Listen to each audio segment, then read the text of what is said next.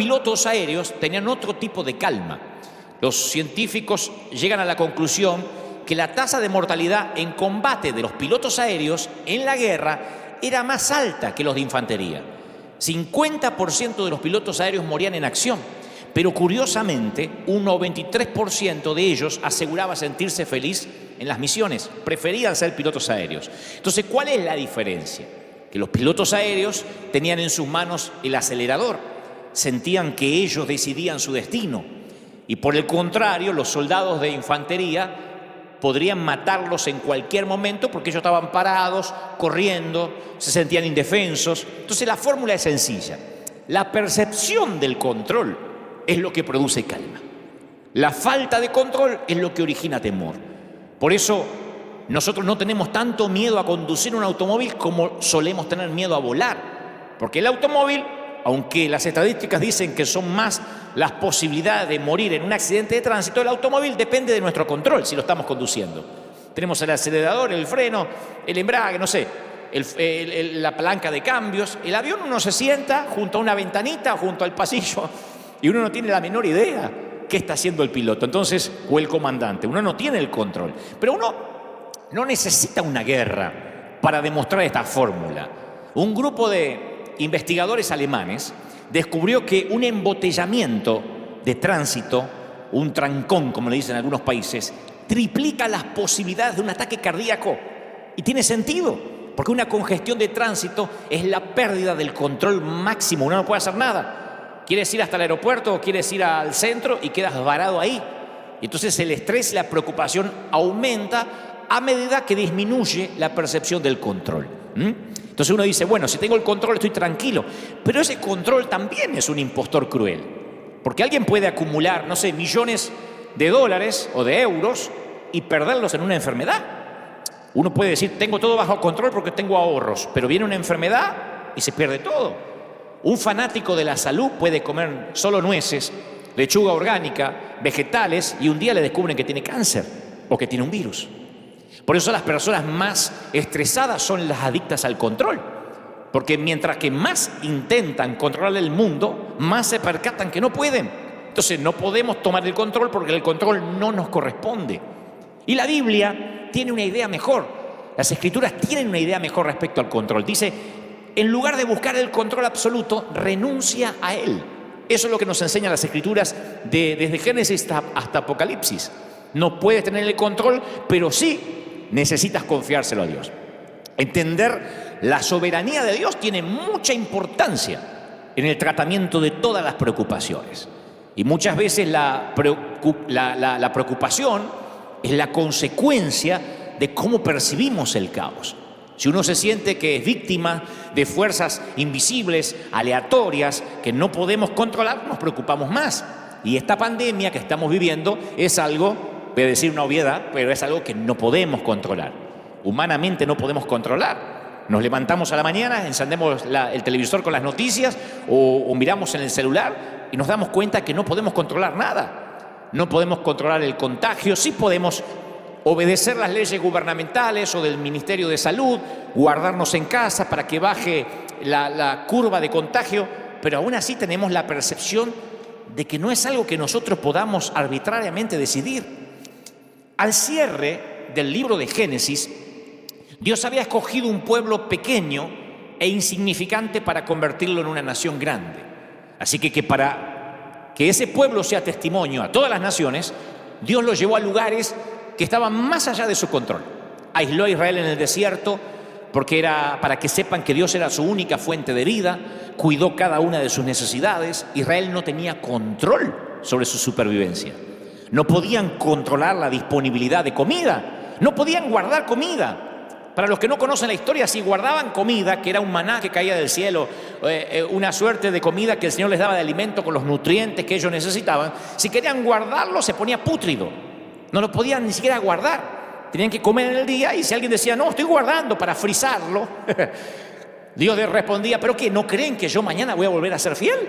O sea, no podían controlar su destino más que el hoy. No tenían brújulas, no tenían mapas.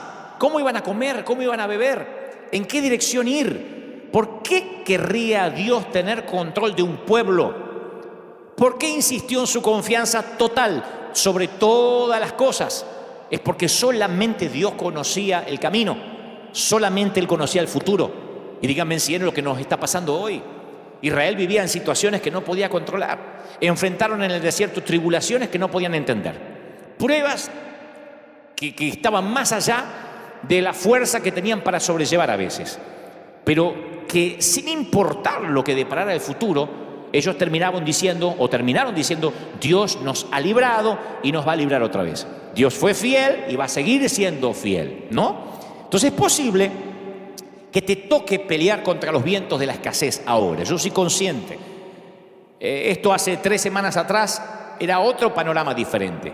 Yo sé que hay muchos ahora peleando con la escasez. Algunos porque perdieron su empleo, el gobierno no los respalda, hay cantidad de gente indocumentada, gente que no tiene papeles en España, en Europa, en Italia, aquí en América Latina. Otros que literalmente no consiguen alimento, no consiguen los insumos básicos aunque tuvieran para comprar. Así que yo sé que hay muchos ahora luchando contra la escasez, pensando qué va a pasar mañana. Y sé que más de una ocasión han dicho esta semana, ¿y si esto se extiende? ¿Y si esto dura? ¿Y si esto dura 2 meses más?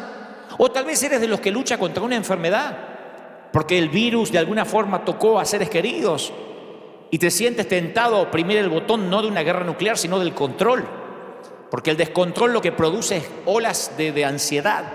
Quien le da el control a Dios es una persona calmada. Y yo digo siempre, lo dije la semana pasada, hay mucha gente que nos está observando a los que tenemos al Señor. Y toma nota. Quien cede el control a Dios en este momento piensa con claridad, contagia la calma. Entonces tienes que ser, yo te aliento a que seas de los que dicen, sabemos que vamos a salir de esta, se va a terminar.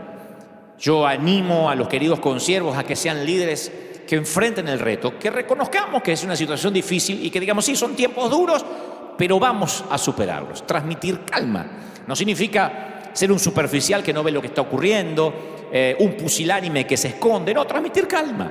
En esta temporada yo he tenido muy presente cuando Jesús le predicaba a la multitud, lo hablaba recién, cuando mostramos las imágenes de lo que estamos haciendo aquí en la ciudad donde Dios nos plantó. La palabra dice que cuando alzó Jesús los ojos, vio una gran multitud y le dice a Felipe, ¿de dónde vamos a comprar pan para que coman esto?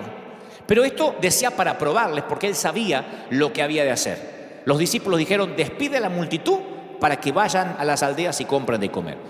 Y yo he leído tanto ese pasaje bíblico esta semana, porque en esa ocasión no lo llamaron maestro a Jesús. Generalmente decían, maestro, ¿quién se va a sentar a tu derecha y a tu izquierda? Maestro, cuéntanos de tu padre. Pero acá, que faltaba comida, no lo llamaron maestro. No le presentaron una sugerencia. Le dijeron lo que tenía que hacer. Control. Tú tal vez en casa no estás enfrentando 5.000 barrigas hambrientas, pero estoy seguro que esta pandemia a lo mejor te dejó sin trabajo y el gobierno ya te dijo que no te va a dar nada porque te falta documentación, porque no aplicas, no calificas. O quizá un ser querido tuyo parece que está contagiado y no puedes ni siquiera ir a visitar a tu papá o a tu abuelo. O la cuarentena esta te hizo notar que te casaste con un cónyuge irritable. Y tú decías, no pensé que nos llevábamos tan mal hasta que nos tocó estar una semana entera bajo el mismo techo sin salir. O tal vez notaste en estas semanas que tus hijos no son tan angelitos cuando se trata de estar encerrados. Por un lado tienes un problema y por otro lado, como los discípulos, una cantidad muy limitada de paciencia, de sabiduría, de energía y de tiempo. O sea que lo que tienes dista mucho de lo que realmente necesitas. Tienes suficiente para llenar un vasito de tequila, pero tú necesitas llenar un barril. Por eso sientes que no tienes control, porque ahora no hay cuentas que alcancen. Y esa es una de las maneras que Dios tiene para llamarnos la atención. ¿Cómo? Quitándonos el control de nuestras vidas. Como hacen algunas esposas con sus maridos, que les quitan el control al marido para que las escuche y las vea. Quitándonos el control, pero no el control remoto, el control que queremos tener de nuestra vida es la manera que Dios a veces tiene para llamarnos la atención. Cierta vez un predicador amigo fue a predicar a un grupo de pastores y yo pienso que los pastores somos el peor público para que nos prediquen. Yo me ha tocado estar en algunas convenciones pastorales como orador, prefiero 10.000 ateos y no 100 pastores, porque somos complejos. Somos, noten que es una autocrítica, los pastores se sientan a veces como nos sentamos, como diciendo lo sabemos todo, a ver qué me va a enseñar este, y a veces estamos más distraídos que si fuéramos un grupo de incrédulos. Y este predicador, que conocí hace unos años, pensó que tenía que llamarles la atención de algún modo, porque cada pastor estaba en su mundo, y esto es lo que dijo. Hay dos cosas que me molestan muchísimo, dijo. La primera es que allá afuera están muriendo miles de almas sin Cristo, y a ustedes les importa un carajo, mientras tengan dinero y recursos y templos llenos. Y lo segundo que me molesta es que la iglesia es tan hipócrita que en este momento ustedes están más escandalizados porque dije carajo tras el púlpito que por los miles que se pierden allá afuera. Y obtuvo la atención del público, claro, como acabo de obtener la tuya ahora.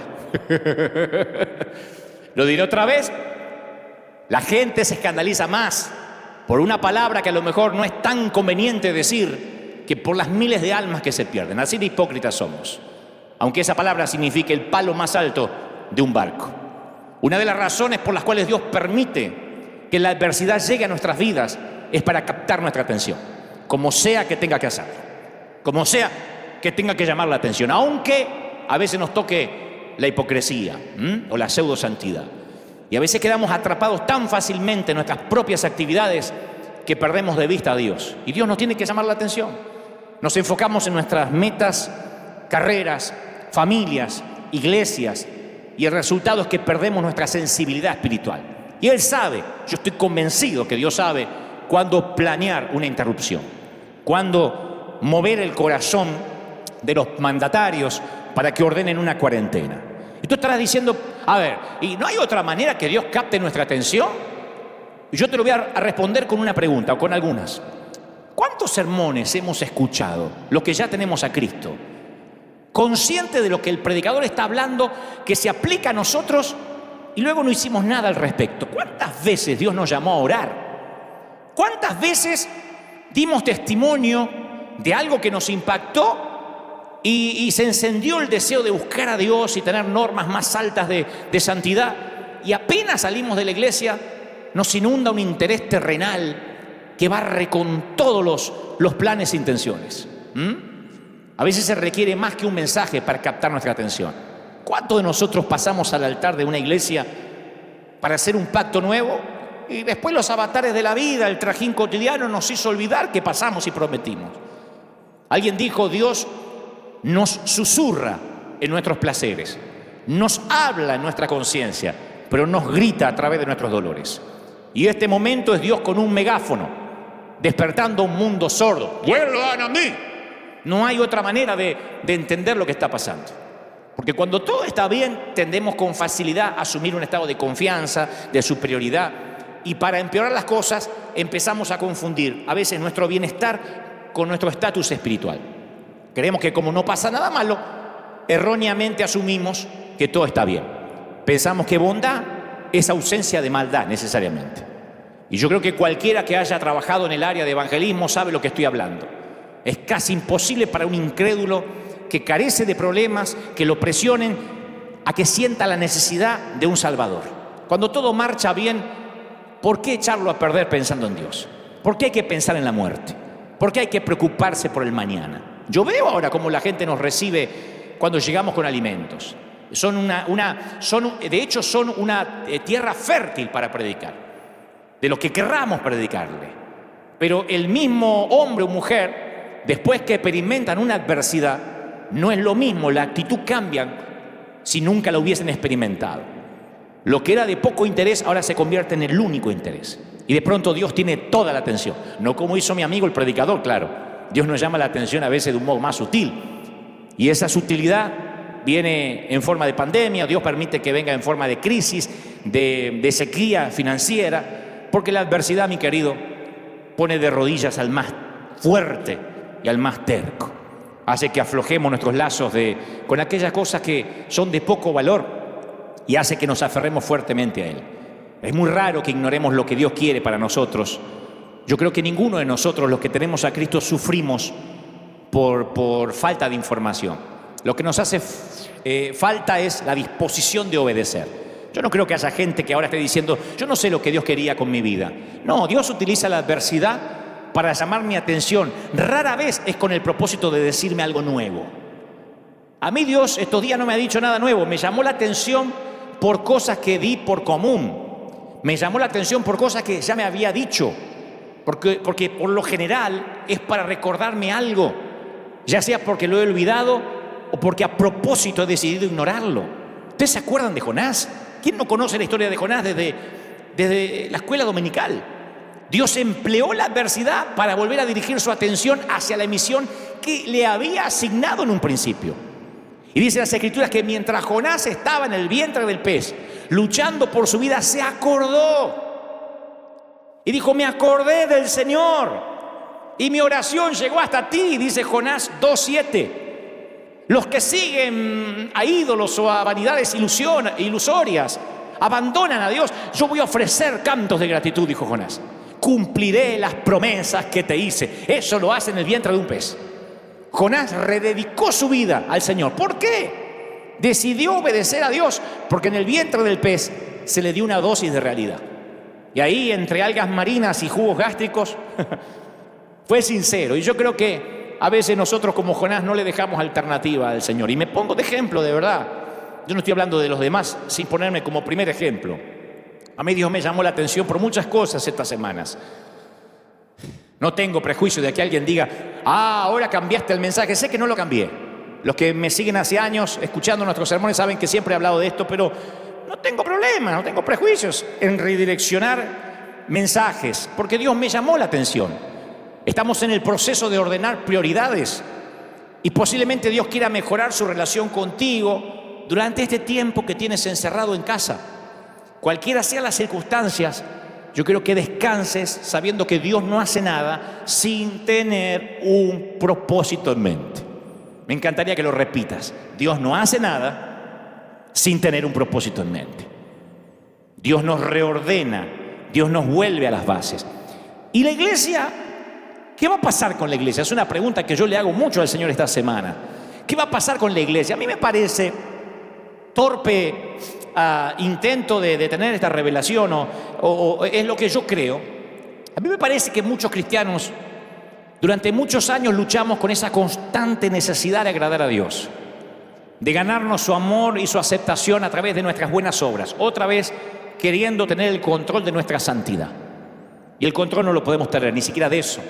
Pero sospechamos en algún rincón de la mente que mientras que más hacemos para Dios, Él más nos va a amar. Esa es la gran falacia del Evangelio por años. Nos han dicho que si somos una persona buena y moral, aumentamos nuestras posibilidades de ir al cielo. De allí que se dividen las congregaciones, los que tienen la sana doctrina, la recontra sanísima doctrina, la re ultra hiper macro extra mega sana doctrina, que es más sanísima que la anterior. Eso ocurre porque nos movemos con la suposición que si puedo hacer un poco más para Dios, voy a tener el control para que Él me ame y me acepte.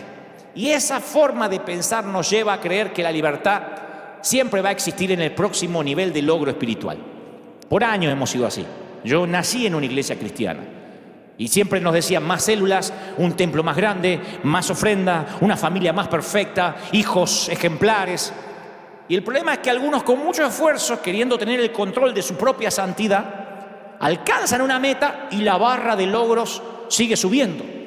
¿Y de quién es la culpa? De nosotros los ministros, que siempre estamos subiendo esa barra un poco más.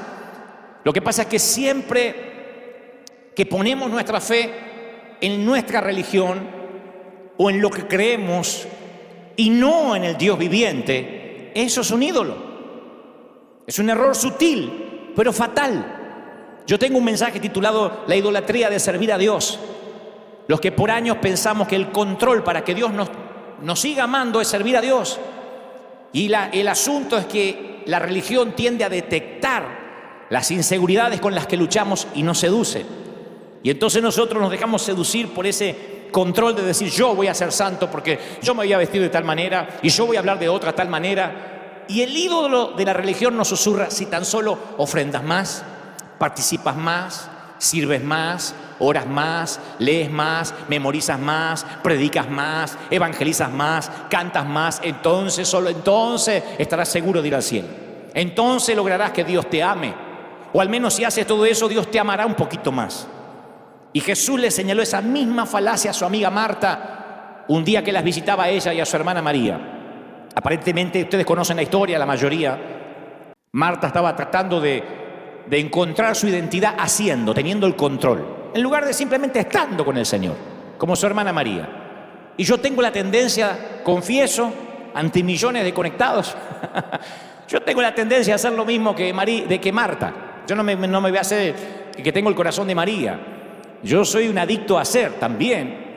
Y siempre tengo que reconocer que me dejo engañar por la mentira que Dios se complace más conmigo cuando estoy haciendo algo por Él en lugar de cuando estoy con Él. Me ha costado mucho, años de religión. Ustedes saben que la cautividad mental no sale de un día para otro. Y cuando yo pienso de esa manera, corro el peligro de convertir el servir a Dios en mi ídolo. Y ahora que hay cuarentena, y ahora que yo, como la mayoría de los predicadores, no podemos predicar convencionalmente, que la gente nos repita cosas y verle la cara a todos, a veces podemos llegar a sentir que no estamos haciendo nada. Caemos muy fácilmente en ese modo de pensar en que la iglesia sea más importante que Cristo, cuando el ritual llega a ser más importante que la relación. Así que nos montamos en una suerte de cinta fija, esa que son para correr y bajar de peso, que está buena si es para bajar libras o kilos, pero cuando es una cinta fija espiritual es terrible, es mortal, porque corremos, y mientras más corremos en la religión y haciendo y teniendo 3 servicios por semana y 5 reuniones de oración y células y evangelismo, y mientras más corremos, más exhaustos nos sentimos. Y todos los días nos preguntamos, anhelamos y deseamos haber hecho algo más. Pero es triste y es innecesario, porque en esto también queremos tener el control, y esta pandemia nos ayuda a saber, a los ministros, a las iglesias, a los congregantes, que tampoco tenemos el control. La verdad, la realidad es que lo que tú haces con Jesús siempre fue más importante que lo que haces para Jesús. Lo que haces con Jesús siempre fue más importante que lo que haces para Él. Es como pasa ahora con nuestros hijos. Muchos papás hacemos mucho para nuestros hijos. Les pagamos los zapatos, la ropa, el colegio, los libros, el estudio. ¿Cuántas cosas hacemos para nuestros hijos? Pero muchos padres ahora están encerrados con sus hijos y no saben nada, no saben qué hacer con ellos. No tienen relación. Claro, si algunos los vieron crecer durmiendo. Se iban a la mañana, estaban durmiendo. El papá volvía a la noche y estaban otra vez durmiendo. Entonces son hijos que proveyeron para los hijos, pero que pocas veces estuvieron con ellos. Y con el Señor pasa igual. Muchos de nosotros sabíamos servir a Dios, pero muchos no saben estar con Dios. Y por eso a veces la frustración, porque no sabemos qué hacer con Él, no sabemos orar si nos quitan la manera religiosa de hacerlo. Aquí han tenido que verse los verdaderos adoradores. Hay gente que solo adoraba acá los domingos y no sabe adorar en su casa solo, y el Señor anhela esa oración privada, que no viene del contagio necesariamente.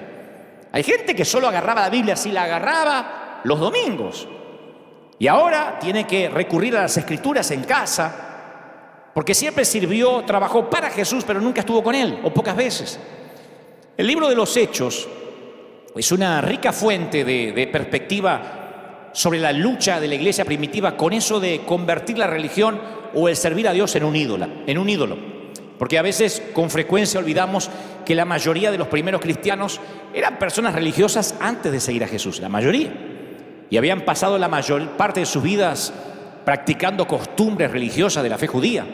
Y cuando se convierten al cristianismo, prometen seguir la senda de Cristo. Muchos de ellos mezclan sus costumbres judías a un nivel malsano. Muchos de ellos, por ejemplo, en Hechos 15, literalmente Hechos 15, nos da un poco el panorama de lo que pasaba. Literalmente dice: entonces algunos enseñaban a sus hermanos, si no os circuncidáis conforme la ley judía, conforme Moisés, no podéis ser salvos. Esto lo enseñaban después de que Jesús había pasado por la cruz, después de que Jesús había dicho que Él era el único camino hacia Dios. Entonces dice las Escrituras que como Pablo y Bernabé tuvieron una discusión con ellos y una contienda no pequeña, dice las Escrituras, se dispuso que subieran Pablo y Bernabé a Jerusalén para tratar esta cuestión con los ancianos. O sea, Sabían que Jesús era el único camino. Decían, sí, sabemos, Jesús nos enseñó que solo hay que creer en Él. Pero también tienes que hacer algo más para ser salvo. Vamos a agregarle la circuncisión. No puede ser tan simple. Porque la religión siempre añade. Por eso creo que si hay que buscar tesoros en medio de este barro, si hay que entender algo bueno en medio de lo que está viviendo ahora el planeta, es esto: que la religión siempre nos añadió y ahora el Señor nos quitó todo lo que añadimos, nos quitó el control. Siempre añadimos. Aquellos judíos cristianos estaban tomando la salvación, que viene por medio de la fe en Jesús, solo por medio de la fe, y lo que hizo Él en la cruz, y le estaban añadiendo reglamentos. La circuncisión, vamos a agregarle algo porque no puede ser que solo sea la cruz. Y crearon una ecuación que es algo así: Jesús más circuncisión igual a salvación. Ahora nosotros miramos eso y decimos, pero ¿cómo? Es una tontería. ¿Cómo alguien va a creer que porque se circuncida va a ser cristiano? Eso solo puede creer un judío. No, los judíos decían, aún los gentiles lo tienen que hacer, si no, no serán salvos. Y todas las generaciones y todas las culturas han sido tentadas a añadir algo a la ecuación. Todo lo hemos hecho. No agregamos circuncisión, pero decimos, bueno, Jesús más ser bautizado por inmersión, eso es salvación, si no, no estás salvo. Jesús más haber participado de la Santa Cena, si no, no estás salvo. Jesús más votar por los republicanos o por los demócratas. Jesús y ser arminiano o calvinista. Siempre estamos agregando algo. Jesús, pero te tienes que congregar seguido. Y existen docenas y docenas de cosas con las que hemos intentado llenar ese espacio en blanco. Y cada vez que lo hacemos, cada vez que le agregamos algo a la cruz, a lo que ya Cristo hizo, estamos mezclando ley con gracia. Estamos mezclando ley con gracia. Hechos 15 es un recordatorio de que la religión siempre tiende a complicar lo que Dios hizo sencillo. Siempre estamos intentando elevar una acción nuestra o una experiencia nuestra al estatus de ídolo, sumándolo a Jesús. Porque es la manera de tener control. Yo estoy ungido y tengo la unción porque pagué el precio. Entonces las ovejas miran al ungido como diciendo, bueno, él es algo como yo, pero él pagó un precio aparte por tener unción. Entonces ponemos la unción al nivel de Jesús, al nivel de ídolo. Bueno, yo soy salvo como todo el mundo, pero cuido la sana doctrina. Aquí las mujeres usan la falda por acá y no se depilan, gloria al Señor. O sea, Jesús más mujeres no depiladas, salvación, una locura. Bueno, nosotros creemos en la salvación, pero también creemos en la llenura del Espíritu. Y también le agregamos a la salvación la llenura del Espíritu. Si todo el mundo no grita y no hace racatacá, entonces no hay verdadera salvación. Siempre estamos agregando algo a lo que es sencillo. Y cuando se cierran las puertas de la iglesia en esta temporada, la gente vuelve a la sencillez, porque ahora no, todo lo que añadimos no lo tiene. Le añadimos que tiene que congregarse, no puede. Bueno, síganos online. Le añadimos que tiene que sembrar y poner la ofrenda. Hay gente que no puede, literalmente, no tiene para comer. Le añadimos que además tiene que tener una célula en la casa, una reunión de hogar. No puede, porque no se pueden juntar socialmente. ¿Qué nos queda? La salvación, lo que nunca debimos haberle añadido nada. Y dice la Biblia que después, dice en Hechos 15, después de mucha discusión, o sea que discutieron, Pedro se levantó y dijo, varones hermanos, escuchen, vosotros sabéis cómo ya hace algún tiempo Dios escogió que los gentiles oyeran por mi boca la palabra del Evangelio y creyesen. Y Dios, que conoce los corazones, le dio el mismo Espíritu Santo a ellos que a nosotros. Y no hay diferencias entre ellos y nosotros. Purificado por la fe los corazones de ellos y los nuestros. Dios usa a Pedro para decir, Dios no hace distinción entre los dos grupos. ¿Quién hace distinción entre la gente? ¿Quién? La religión. La religión siempre complica las cosas. Y también divide a la gente. Y también nos divide a los pastores. Ahora pues, ¿por qué tentáis a Dios poniendo sobre la cerviz de los discípulos un yugo que ni nuestros padres pudieron llevar? Lo único que nos va a salvar es la gracia de Jesús. Y creo que los que insisten poniendo un yugo, cargando a la gente, y en eso también hago una autocrítica, estamos levantando otra vez un muro que no es necesariamente el de Trump, un muro que Jesús derribó en la cruz. El muro que separaba a los más puros de los no tan puros, a los samaritanos de los judíos. Entonces estos judíos legalistas estaban bloqueando el nuevo camino a Dios que Jesús había abierto cuando murió y resucitó. ¿Quieres hacer enfadar a Dios? Interponte en el camino de los que quieren llegar a Él. La única vez que veo a Jesús perder su juicio cabal mientras que estaba en la tierra fue cuando dio la vuelta a la mesa de los cambistas. Y algunos dicen, es porque no se puede vender Biblia en el templo. No, porque llegaban con sus sacrificios al templo y le decían, no, el sacrificio tiene que ser hecho con animalitos que tengamos acá. Y para comprarlo tiene que hacerlo con la moneda local. Y ahí en el cambio los estafaban. Y algunos no podían y se volvían frustrados sin poder entrar al templo. Cuando el Jesús vio que había canallas interponiéndose en el camino de los que querían llegar a Dios, entró como una tromba, con un látigo, con un azote de cuerdas, y ustedes saben lo que ocurrió después. ¿Quieres hacer enfadar a Dios? Entonces añádele algo a lo que ya hizo el Jesús. Añadirle algo es complicar a la gente para que llegue a Jesús, es mezclar ley con gracia.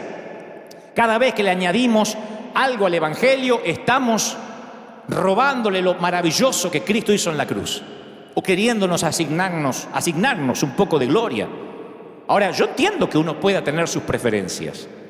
Jesús nunca dijo que uno no pueda tener preferencias religiosas. No hay nada malo en que alguien diga, a mí no me gusta escuchar a Dante porque no me gusta cómo se viste. El otro día me criticaban cómo me vestía. Capaz que si me pongo un jean, esos pantalones chupines o pantalones con agujeros como usan muchos de mis queridos amigos, a lo mejor estoy moderno y no me critican tanto, no sé. Pero no hay nada malo. Hay gente que le gusta pastores más modernos, con tatuajes, y otros que le gustan más tradicionales. No hay nada malo en que alguien prefiera la música más tradicional y otro más rockera, qué sé yo. No hay nada malo en que alguien diga, a mí me gusta la iglesia que se congrega bajo un puente humilde, y a otro le gusta edificios con campanarios. Jesús simplemente dijo, no permitas que tus preferencias y tradiciones se conviertan en leyes que otras personas estén obligadas a obedecer si quieren seguirlo a Él. O sea, no tomes lo que es bueno y trates de convertirlo en algo fundamental. Hay muchas cosas que son buenas. Aquí nuestros músicos, por lo general, yo les pido que se vistan de negro, y no porque la Biblia dice en Génesis capítulo 4, y vestiréis de negro, porque me gusta. Pero sería un torpe si dijera que si se visten de otro color se van a ir al infierno. Esa es mi preferencia. A mí me gusta presentar el Evangelio con elegancia, porque soy de una generación elegante. Nací en el siglo pasado, aunque eso suena espantoso. Y me gusta que todo esté elegante. Me gusta, de hecho tenemos, para los que nunca vinieron a River Arena, un aroma ambiental. River Arena huele. Hay un perfume que sale por las tuberías del aire para que cuando entres aquí reconozcas el olor a hogar. Tiene un aroma particular esto. El piso está lustrado, todo tiene que sonar perfecto. La calidad y la excelencia para nosotros no es una opción. Esa es mi preferencia. Pero sé que muchos están llegando a diferentes personas, diferentes grupos de gente vestidos en jean, en tenis, en zapatillas, despeinados, con los pelos parados. Y esa es la forma que ellos llegan, que yo jamás voy quizás a poder llegar, como los géneros de música. Ahora, eso no significa que ellos estén mal y yo esté bien o viceversa. Son preferencias. Y si yo las convierto en algo fundamental, estoy agregándole a la salvación algo que yo creo. Y empiezo a decir lo que me gustaría que Dios dijese, pero que Dios no está diciendo. Yo tenía un pastor alemán, siempre lo cuento, no un perro, un pastor nacido en Alemania, que decía, a Dios le gusta el acordeón, es el instrumento del cielo. Un hombre de Dios que partió a la eternidad hace muchos años. El hombre empezó a envejecer y empezó a decir lo que a él le gustaba como si fuera palabra de Dios. Yo creo que como Dios tiene buen humor, lo esperó con una banda de rock allá arriba cuando llegó al cielo. Pero él decía, el acordeón y el violín son los instrumentos que Dios ama. Y él condenaba al que no le gustaba la música con violín, o no le gustaban los himnos de Sión, de gloria y de triunfo.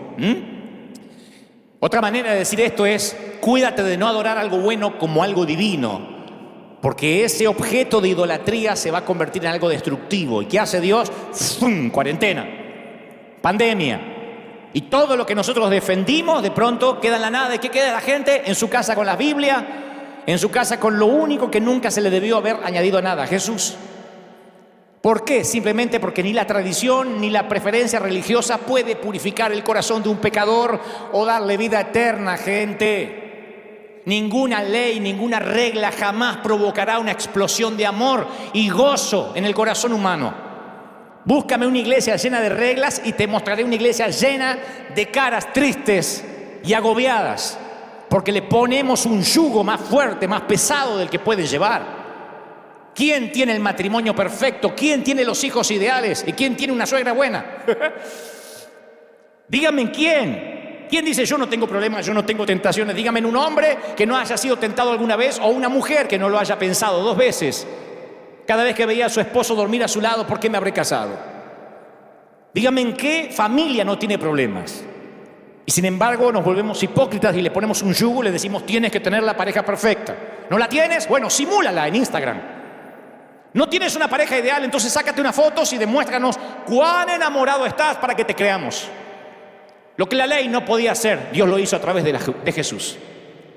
Y cuando uno lee detenidamente las páginas de las Escrituras hebreas, vemos la invitación al pueblo de Israel a que fuera una luz para las naciones. Yo quiero mostrar la belleza de mi pueblo a las naciones, dice el Señor. ¿Y qué pasó con Israel? Que el tanto miedo tenían de ser influenciados negativamente por la cultura pagana, que comenzaron a usar las instrucciones de Dios para permanecer santos, en vez de para mostrar que eran un pueblo elegido. O sea, no como una forma de acercarse a los demás, sino como una manera de justificar la segregación. Eso hacía Israel.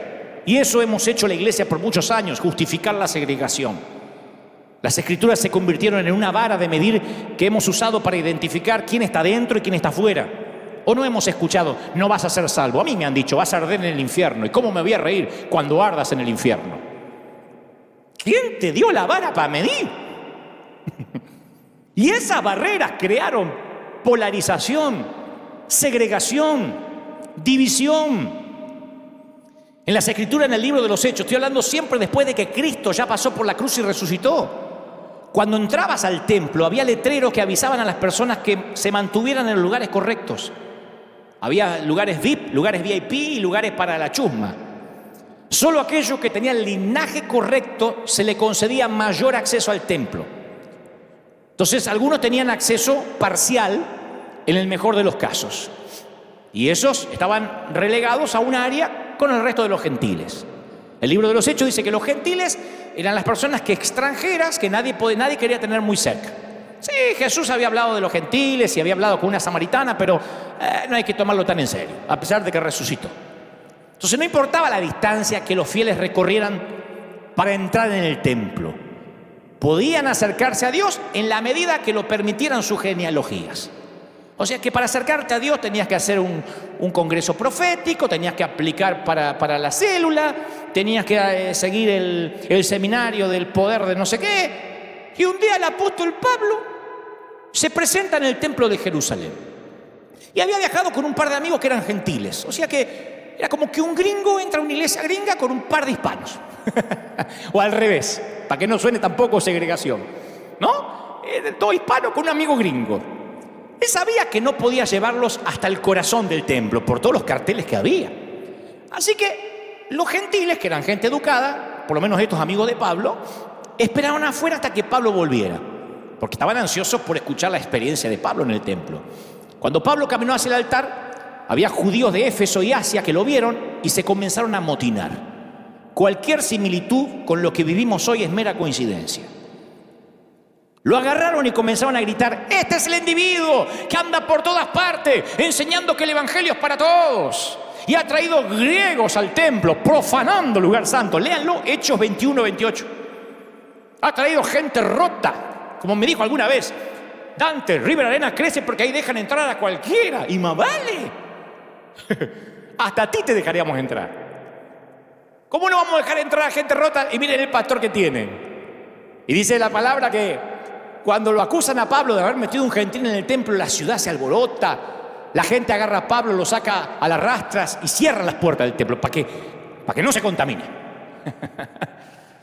Y divulgaron la mentira de que había llevado un gentil hasta el corazón del templo y que todos estaban contaminados e infectados. Por eso digo a veces, que una infección, pero las de verdad, las que ocurren con los mocos, nos igualan a todos, a gentiles y judíos, a los de la sana doctrina y a los de las otras, porque antes de esto yo escuché mucha gente decir, yo no me enfermo porque yo vivo en santidad. Y de pronto me he enterado que oficiaron funerales en estos días. No me estoy alegrando por eso. Nada más estoy hablando de que cuando viene una infección de las de verdad, la equidad nos pone a todos en la misma condición. Pero aquí los apóstoles o los judíos o los que creían que tenían la sana doctrina dijeron, Pablo nos infectó. Y este no es un tema antiguo, es algo que sucedió y que está sucediendo. Pablo dice, porque Cristo es nuestra paz, de los dos pueblos ha hecho uno solo, derribando mediante el sacrificio el muro de enemistad que nos separaba, anuló las leyes, los requisitos, y él proclamó para ustedes, para los que estaban lejos y para los que estamos cerca. Pues por medio de él nos dio acceso al Padre por un mismo espíritu. Efesios 2:13. Pablo dice, todos somos iguales. Es lo que nos está pasando ahora. Todos, bautistas, renovados y tradicionales, pentecostales, hermanos libres. Todos. Porque eso es la cruz. La cruz es una asesina de barreras. La cruz es una creadora de puentes. Y si alguien te ha lastimado en estos días de iglesias de puertas cerradas, y eso nos incluye, ve a la cruz. Si odias a alguien, ve a la cruz. Si has sido traicionado, ve a la cruz. Si hay personas que te irritan en la cuarentena, ve a la cruz.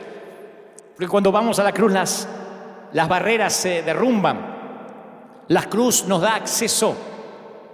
Un significado de la palabra acceso en griego es una audiencia con el rey. A mí me gusta ese significado. Porque en cualquier momento cualquiera podemos tener una audiencia con Dios. Y Pablo dijo que nuestros cuerpos son templo del Espíritu, dice 1 Corintios 6:19.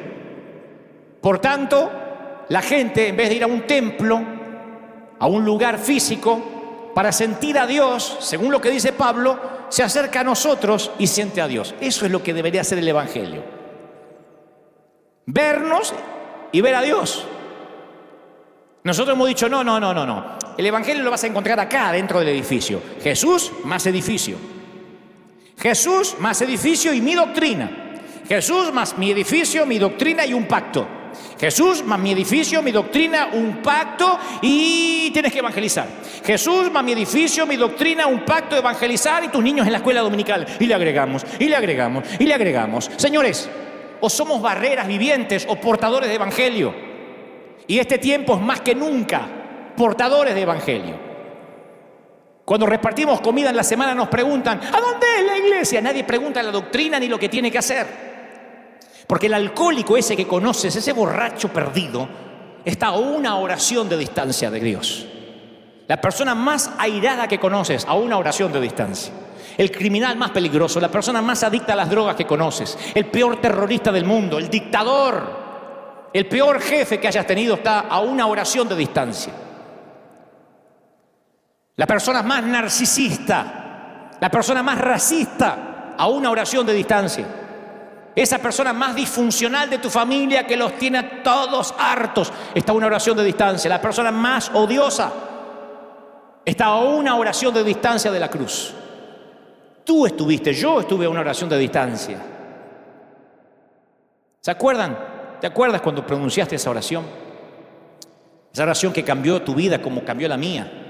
Señor Jesús, entra en mi vida, anota mi nombre en el libro de la vida. Y aunque yo tenía 7 años cuando mis papis se entregaron al Señor, fue una campaña de el querido Gigi Ávila en el estadio de Atlanta en Buenos Aires, donde yo entregué mi vida al Señor. Nuestras vidas serán imágenes de la cruz, acogiendo a personas para que tengan una audiencia con Dios, o se parecerán al templo de Herodes, excluyendo a las personas mediante barreras y toda clase de segregación. Acá los apóstoles, los recontrapóstoles, los superungidos y más allá el ovejerío, acá los que diezman, los que nunca diezmaron, siempre estamos segregando. La cruz acoge, el templo de Herodes excluye. La cruz es profunda y amplia y el templo de Herodes es poco, profundo y estrecho. Lo esencial de la cruz es atraerte lo más cerca posible. Y lo esencial del templo de Herodes es mantenerte lejos, distante. Entonces yo me pregunté toda esta semana y estos últimos días, ¿representa nuestra iglesia la cruz? ¿Está llena esta iglesia de personas de todo tipo? Gracias a Dios esas respuestas fueron positivas acá. Porque River es conocida por ser una iglesia que alberga gente rota. Siempre hay un asiento disponible para alguien que ha hecho desastres con la vida y algunos me dicen, me echaron de las iglesias de hecho. Pero si tu congregación, si tu vida no representa la cruz, entonces creo que esta pandemia va a reordenar tus prioridades. Yo pienso que a nuestras congregaciones van a seguir llegando gente con diferentes elecciones sexuales, van a seguir llegando divorciados, separados, en concubinato. Y yo no estoy diciendo ni voy a hablar de doctrina, ni lo que está bien o lo que está mal, porque el tiempo apremia y no es lo que haré ahora. Pero la pregunta es, ¿pondremos otra vez sectores divorciados y los que se sacan la fotito en Instagram, que son la pareja feliz? ¿Vamos a dividir otra vez heterosexuales de aquel que dudamos de su orientación?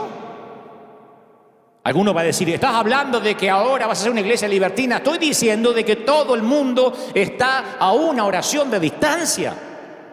¿O acaso nosotros fuimos salvos porque éramos mejor que ellos? Jesús hablaba con parias, con marginales. Jesús se mostraba accesible y no repudiaba a nadie. Leprosos, gentiles, recaudadores de impuestos, paganos, pecadores. Él no era como los otros santos de Judea. Los demás rabinos vivían en cuarentena y aislamiento sin que se los pidiera un presidente. Y ver lo accesible que era Jesús les provocaba ataques de caspa, enfado. Pero para Jesús siempre las relaciones estuvieron por encima de las leyes. Y era porque posiblemente Jesús conocía el rechazo en primera mano. Aún su familia lo había rechazado, sus hermanos. A fin de cuentas, su vida la definió el rechazo. O puede que fuera que Jesús simplemente percibiera y entendiera el deseo de aquellas personas de pertenecer. La ley más vieja de Roma, del imperio invasor, ordenaba que ningún cuerpo enterrado o cremado quedara dentro de la ciudad de Roma. Era porque a los muertos se los consideraba con temor, con pavor. En realidad tenían una ciudad propia, la necrópolis. Roma tenía una ciudad de los muertos, necrópolis. No podían los muertos convivir con los vivos, porque el terror separaba a los muertos de los vivos, el temor a qué habrá más allá. Pero eso cambió drásticamente con la cruz de Jesús. A partir de Jesús, los cementerios se instalaron dentro de los predios de las iglesias. Y los muertos dejaron de asustar a los vivos y los dos grupos coexistieron en los mismos lugares. Mi querido, si pueden convivir muertos y vivos, iglesias donde la gente adentro canta un himno y el cementerio está a unos metros, ¿cómo no van a convivir gentiles y judíos? Bautistas y pentecostales. Hemos mirado por años a los católicos como si estuvieran apestados y decimos, no, te vas al infierno ya. Nos va a sorprender a quién vamos a encontrar en los cielos. Yo siempre me pregunto por qué en Roma las personas pasaron tan rápidamente de la antigua repugnancia a la nueva familiaridad con la muerte, debido a que Jesús hizo accesible hasta la misma muerte. A partir de Jesús se empiezan a conmemorar los funerales. Yo creo que lo peor es cuando fingimos que nosotros no necesitamos esta pandemia, que nosotros no somos hipócritas. Porque ahí es cuando intentamos esconder nuestras faltas ante Dios, ante los demás e incluso ante nosotros mismos. Y el problema es que hasta tanto no admitamos nuestras necesidades, Dios no va a hacer mucho para ayudarnos. La grandeza siempre nace de la humildad, no de la negación. Dios permite que veamos nuestra debilidad para crear un contexto que exhiba fortaleza. Pablo dijo, tenemos este tesoro en vasijas de barro para que se vea que tan sublime poder viene de Dios y no de nosotros. 2 Corintios 4:7. Entonces esto nos ayuda a recordar lo que realmente tiene valor, que es lo que hay dentro. El contenido es importante, no el envase. No cómo se viste aquel, cómo se viste aquella, qué música usa.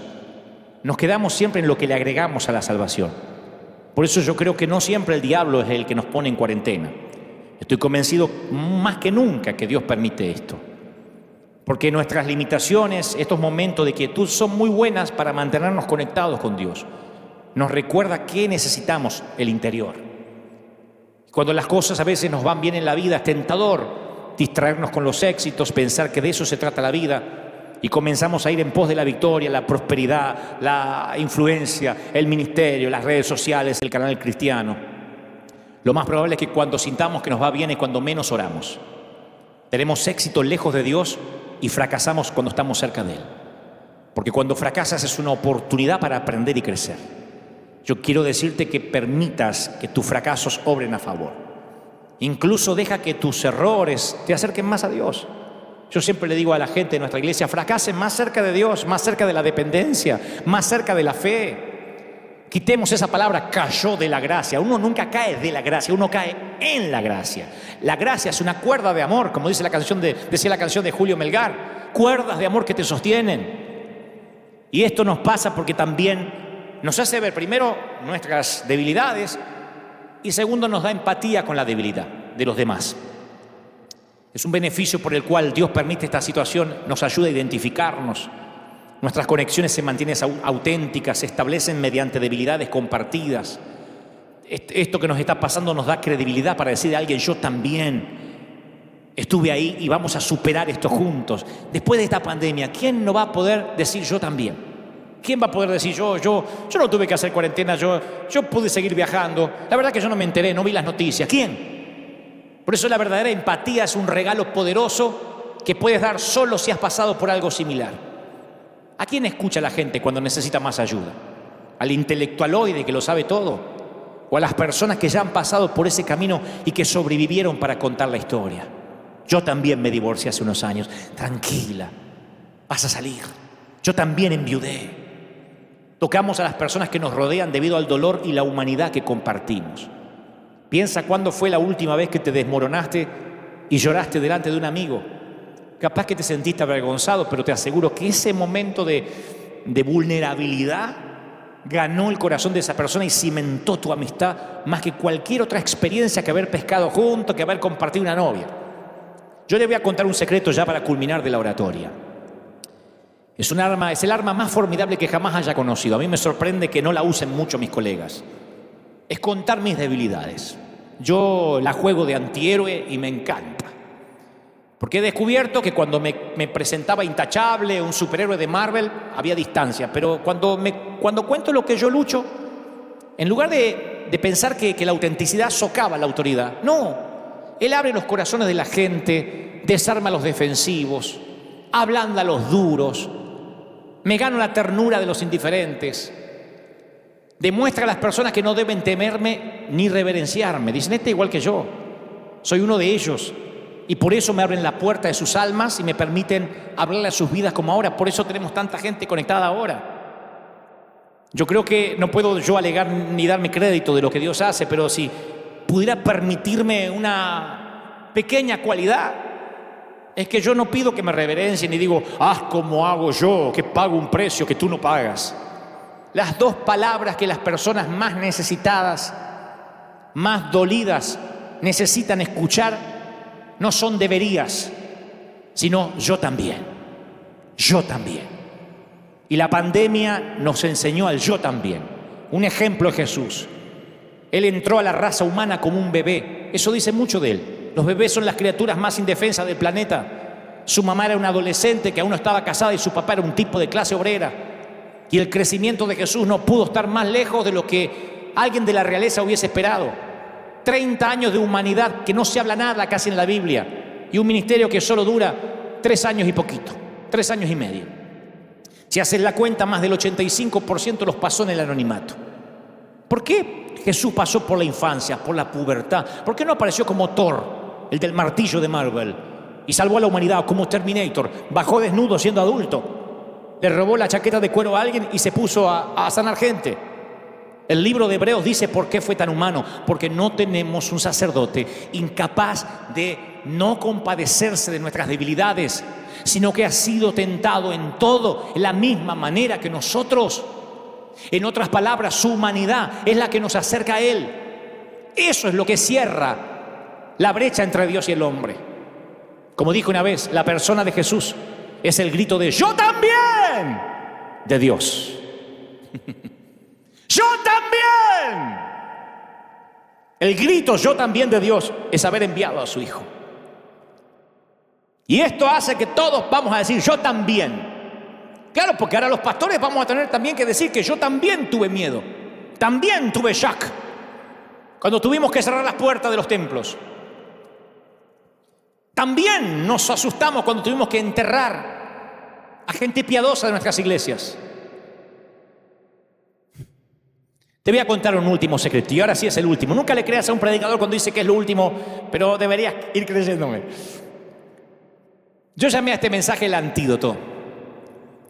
Y la iglesia no tiene el antídoto a tus problemas. Tal vez te suene extraño, pero puedo decir con toda velocidad que la iglesia no es para que la gente resuelva sus problemas y alivie sus desilusiones o te salve del virus. Yo dije la vez pasada, la iglesia no es Amway, la iglesia no es Herbalife.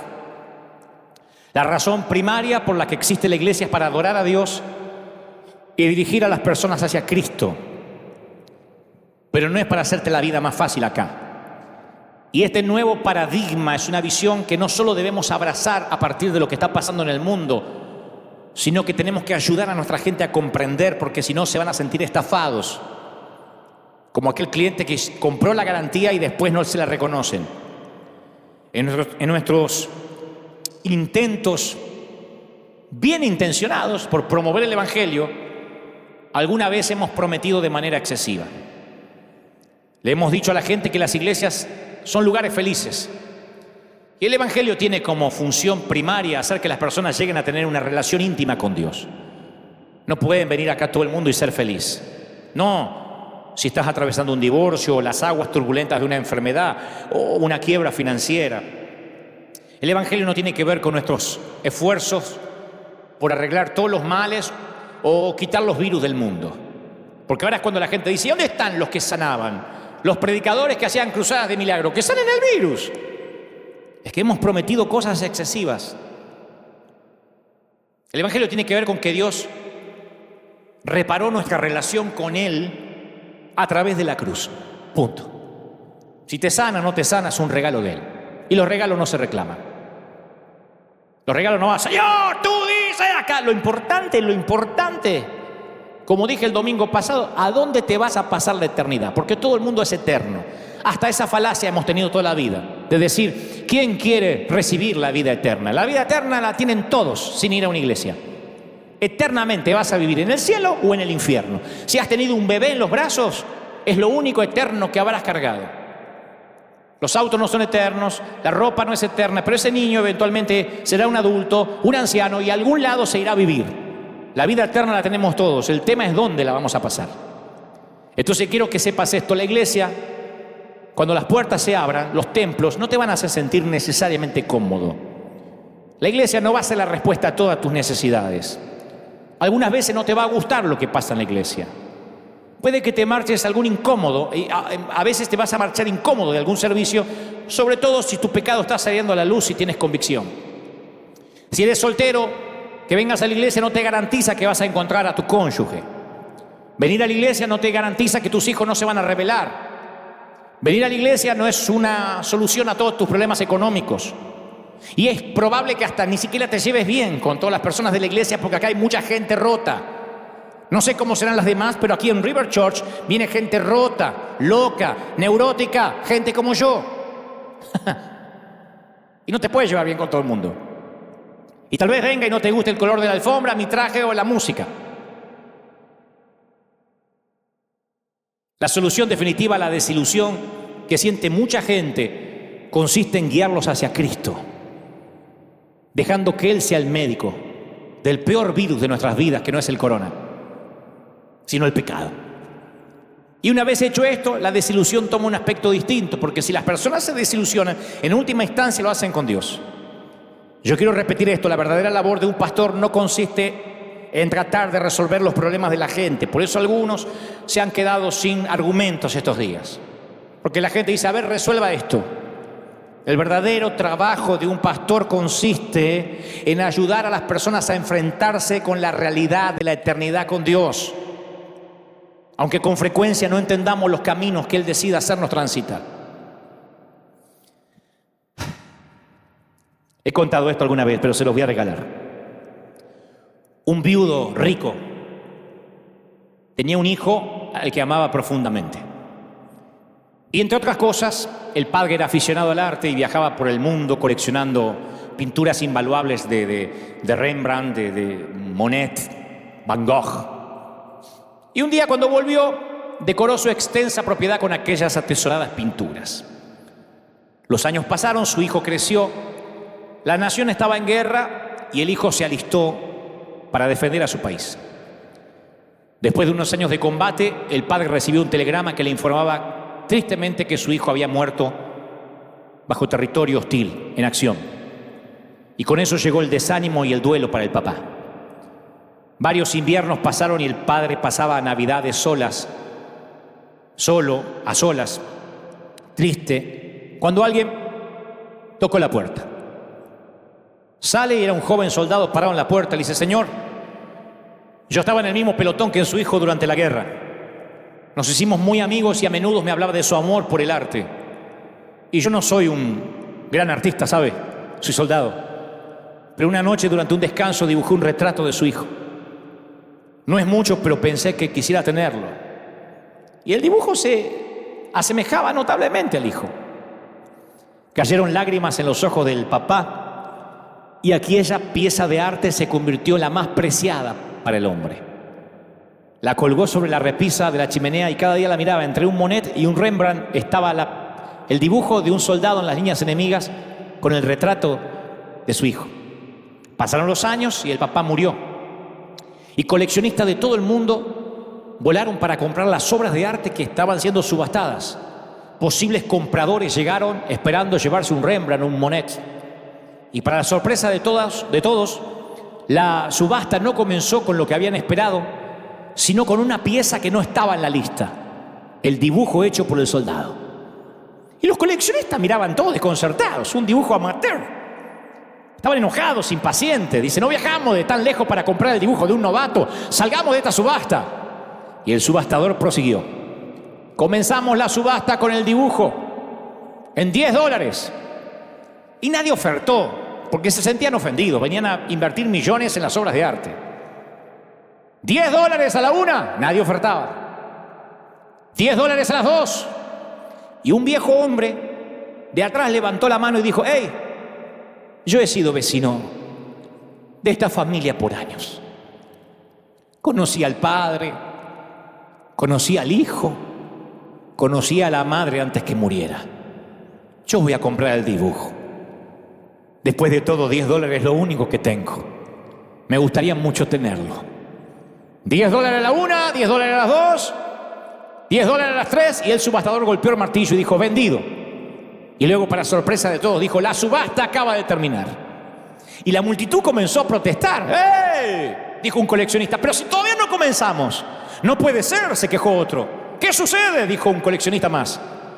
Y el subastador dijo: es muy simple. Según el testamento del Señor, del Padre, dice: cuando subasten todas mis pinturas, comiencen con el dibujo de mi hijo.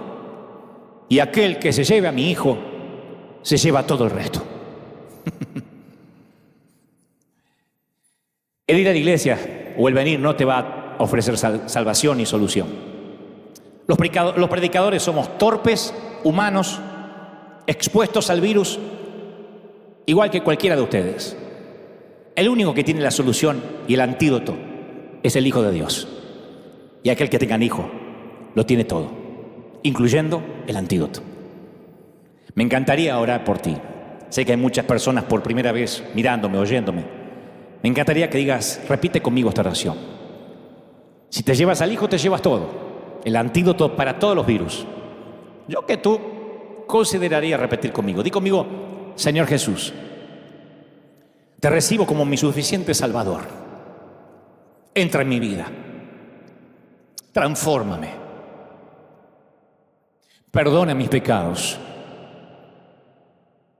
Reconozco que no tengo el control de nada, ni de mi vida, ni de mi muerte.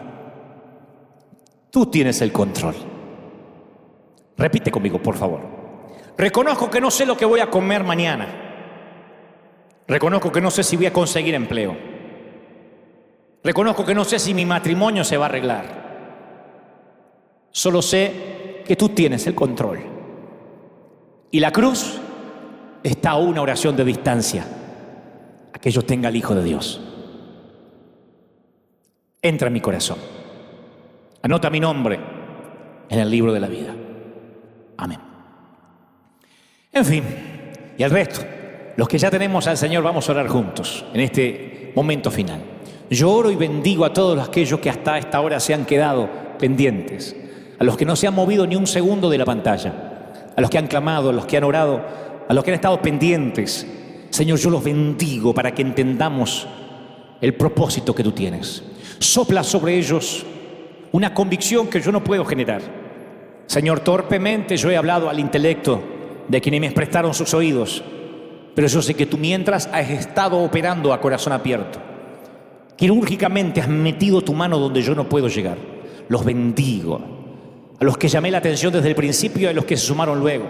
Sopla sobre ellos una doble porción de tu espíritu. Sopla de modo que este mensaje llegue hasta los rincones más recónditos del planeta. Oro por Europa, por el viejo continente. Oro por los misioneros y los pastores que están allá, para que no bajen los brazos. Oro por la cantidad de respiradores que faltan, por los enfermos que duermen en los pasillos, en los suelos, por los que están hacinados en sitios militares. Oro por los que están dando la vida por otros.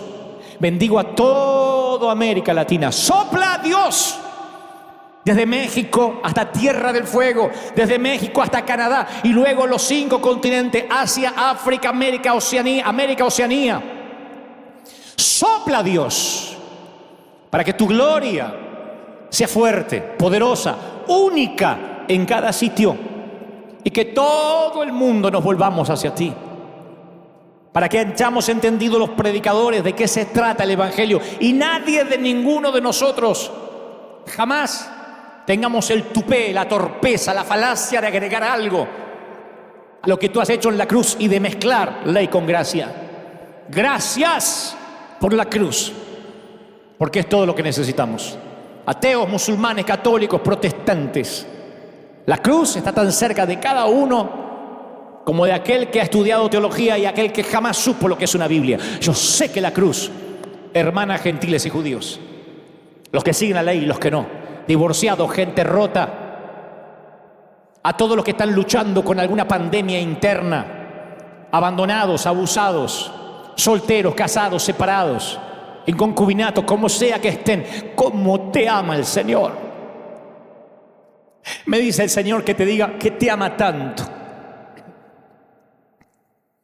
¿Cómo te ama el Señor? Princesa, ¿cómo te ama el Señor? Príncipe, ¿cómo te ama el Señor? ¿Cómo te va a olvidar si en sus manos te tiene esculpido? Te ama tanto el Señor. Yo jamás haría por ti lo que Dios hizo por mí, por ti. Yo no daría a uno de mis hijos.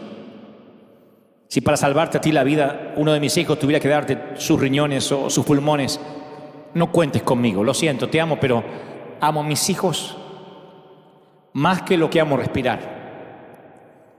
Y me cuesta comprender, sale de mi corteza cerebral lo que es dar un hijo para permitirnos el acceso a la vida eterna con Él. Te ama el Señor. Gracias por estar ahí. Gracias por apoyarnos. Gracias por ser fieles cada domingo hasta tanto y en cuanto esto perdure. Oremos por nuestros presidentes, oremos por nuestros gobernantes, por los ministros de salud, por los senadores, por los enfermeros, por los médicos, por los infectólogos, por los científicos. La pandemia al pecado y a la muerte eterna es Jesucristo. El antídoto, no la pandemia. El antídoto es Jesucristo para esta pandemia. Y la pandemia, esto sí, que nos puso a todos en equidad de condiciones, estoy seguro, como dije, cada domingo tiene fecha de caducidad, va a terminar. Que Dios te bendiga, que Dios te guarde y que haga resplandecer su rostro sobre ti. Nos vemos en la semana en las redes, aquí mismo, y por supuesto, si esto no cambia, el domingo con gente en nuestros habituales servicios o aquí, con los millones a través de la red. Chao, buenos días, feliz domingo, así estamos gente, así estamos país, así estamos maravillosa Iglesia de Cristo.